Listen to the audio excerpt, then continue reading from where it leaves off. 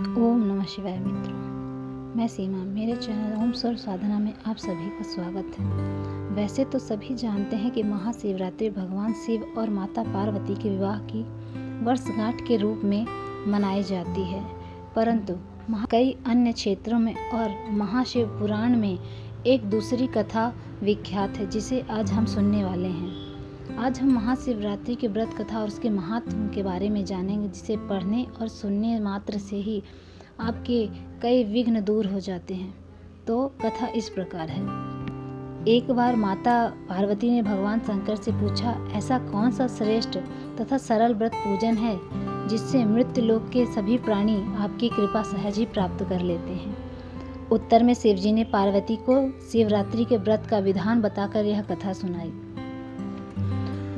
पूर्व काल में चित्रभानु नाम का एक शिकारी था। जानवरों की हत्या करके वह अपने परिवार को पालता था। वह एक साहूकार का कर्जदार था, लेकिन उसका ऋण समय पर ना चुका सका। क्रोधित साहूकार ने शिकारी को शिव मठ में बंदी बना लिया। संयोग से उस दिन महाशिवरात्रि थी। शिकारी ध्यान मग्न होकर शिव संबंधी धार्मिक बातों को सुनता रहा। चतुर्दशी को उसने शिवरात्रि व्रत की कथा भी सुनी। शाम होते ही साहूकार ने उसे अपने पास बुलाया और ऋण चुकाने के विषय में बात की। शिकारी अगले दिन सारा ऋण लौटा देने का वचन देकर बंधन से छूट गया। अपनी दिनचर्या की भांति वह जंगल में शिकार के लिए निकल गया, लेकिन दिन भर बंदी गृह में रहने के कारण भूख प्यास से व्याकुल था। शिकारी शिकार खोजता हुआ वह बहुत दूर निकल गया। जब अंधकार हो गया तो उसने विचार किया कि रात जंगल में ही बितानी पड़ेगी।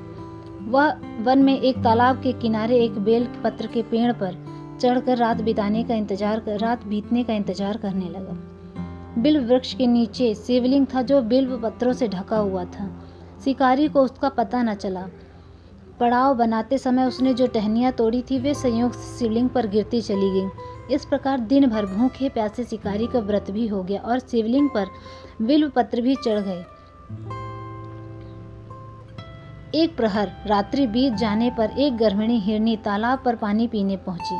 शिकारी ने धनुष पर तीर चढ़ाया। ज्यों ही प्रत्यंचा खींची, हिरनी बोली, मैं गर्भिणी हूँ, शीघ्र ही मैं प्रसव करूंगी। तुम एक साथ दो जीवों की हत्या करोगे, जो ठीक नहीं। मैं बच्चे को जन्म देकर शीघ्र ही तुम्हारे समक्ष प्रस्तुत हो जाऊंगी, तब मार लेना। शिकारी ने प्रत्यंचा ढीली कर दी और हिरनी जंगली की झाड़ियों में लुप्त हो गई। प्रत्यंचा चढ़ाने तथा ढीली करने के उक्त कुछ बिल्व पत्र अनायास ही टूटकर शिवलिंग पर गिर गए। इस प्रकार उसने अनजाने में ही प्रथम प्रहर का पूजन भी संपन्न हो गया। कुछ ही देर बाद एक और हिरनी उधर से निकली। शिकारी की प्रसन्नता का ठिकाना न रहा। समीप आने पर उसने धनुष का बाण चढ़ाया। तब उसने देखा हिरनी ने विनम्रता पूर्वक निवेदन किया, हे शिकारी, मैं थोड़ी देर पहले ऋतु से निवृत्त हुई हूँ, कामातुर विरहिणी हूँ, अपने प्रिय की खोज में भटक रही हूँ। मैं अपने पति से मिलकर शीघ्र ही तुम्हारे पास आ जाऊंगी। शिकारी ने भी उसे भी जाने दिया। 2 बार शिकार को खोकर उसका माथा ठनका। वह चिंता में पड़ गया। रात्रि का आखिरी पहर बीत रहा था। इस बार भी धनुष में से लगकर कुछ बिल्व पत्र शिवलिंग पर जा गिरे तथा दूसरे पहर की पूजा भी संपन्न हो गई। तभी एक अन्य हिरनी अपने बच्चे के साथ उधर से निकली। इस बार वह स्वर्णिम अवसर था। शिकारी के लिए यह एक स्वर्णिम अवसर था। उसने धनुष पर तीर चढ़ाने में देर नहीं लगाई।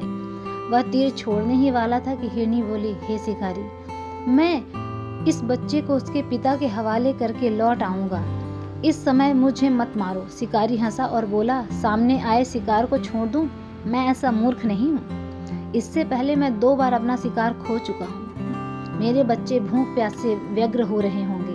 उत्तर में हिरनी ने फिर कहा, जैसे तुम्हें अपने बच्चों की ममता सता रही है, ठीक वैसे भी मुझे है। हे शिकारी, मेरा विश्वास करो, मैं इन्हें इनके पिता के पास छोड़कर तुरंत लौटने की प्रतिज्ञा करती हूँ। हिरनी का दुख भरा स्वर सुनकर शिकारी को उस पर दया आ गई। उसने उस मृग को भी जाने दिया। शिकारी के अभाव में तथा भूख प्यास से व्याकुल शिकारी अनजाने में ही बिल्वपत्र पर बैठा बेलपत्र को तोड़ तोड़ कर नीचे फेंकता जा रहा था।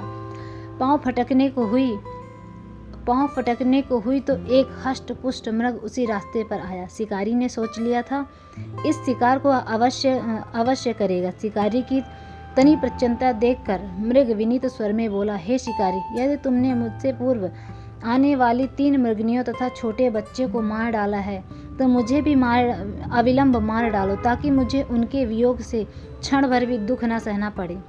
मैं उन हिरनियों का पति हूँ। यदि तुमने उन्हें जीवन दान दिया है तो मुझे भी कुछ क्षण का जीवन देने की कृपा करो। मैं उनसे मिलकर तुम्हें समक्ष उपस्थित हो जाऊंगा। मृग की बात सुनकर शिकारी के सामने पूरी रात का घटना चक्र घूमा। उसने सारी कथा मृग को सुना दी। तब मृग ने कहा, मेरी 3 पत्नियां जिस प्रकार प्रतिज्ञाबद्ध होकर गई हैं, मेरी मृत्यु से अपने धर्म का पालन नहीं कर पाएंगी। अतः जैसे तुमने उन्हें विश्वास पात्र मानकर छोड़ दिया, वैसे ही मुझे भी जाने दो। मैं उनके साथ तुम्हारे सामने शीघ्र ही उपस्थित होता हूँ। शिकारी ने उसे भी जाने दिया। इस प्रकार प्रातः हो गई। उपवास, रात्रि जागरण तथा शिवलिंग पर बेलपत्र चढ़ने से अनजाने में ही शिवरात्रि की पूजा पूर्ण हो गई। पर अनजाने में ही हुई पूजन का परिणाम उसे तत्काल मिला। शिकारी का हिंसक हृदय निर्मल हो गया। उसे भगवत भक्ति का वास हो गया। थोड़ी ही देर में वह मृग सपरिवार शिकारी के समक्ष उपस्थित हो गया ताकि वह उनका शिकार कर सके। किंतु जंगली पशुओं की ऐसी सत्यता, सात्विकता एवं सामूहिक प्रेम भावना देखकर शिकारी को बड़ी ग्लानि हुई। उसने मृग परिवार को जीवन दान दे दिया।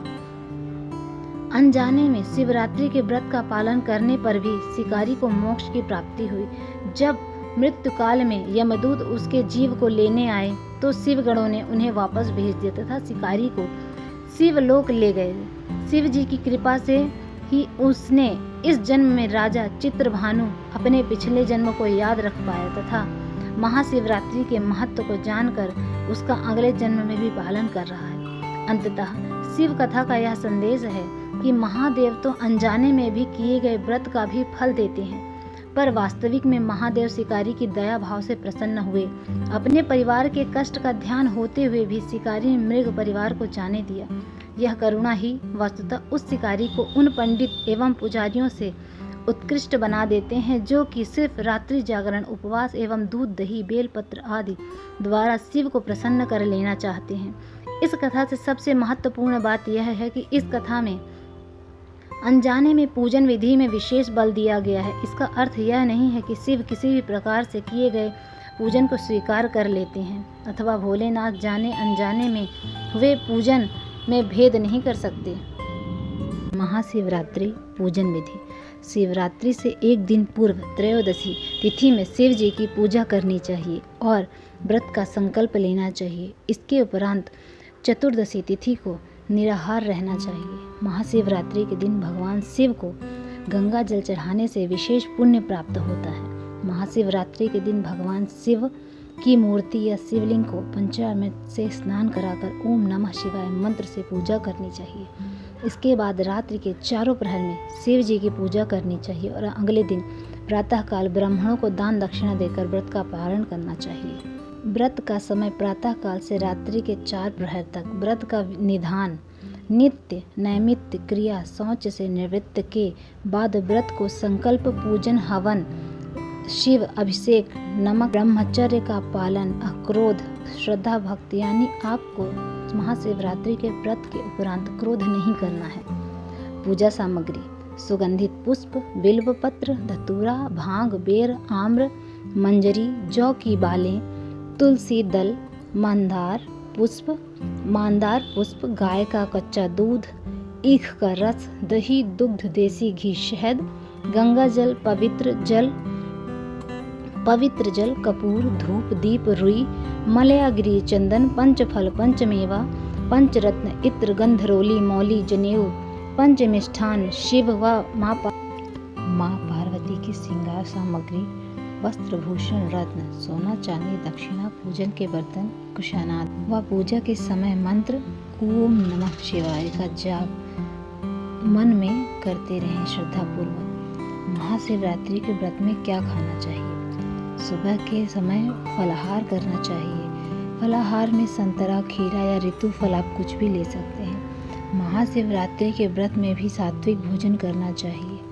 अगर स्वास्थ्य संबंधी समस्या ना हो तो बिना नमक के भी यह व्रत किया जा सकता है। ओम नमः शिवाय।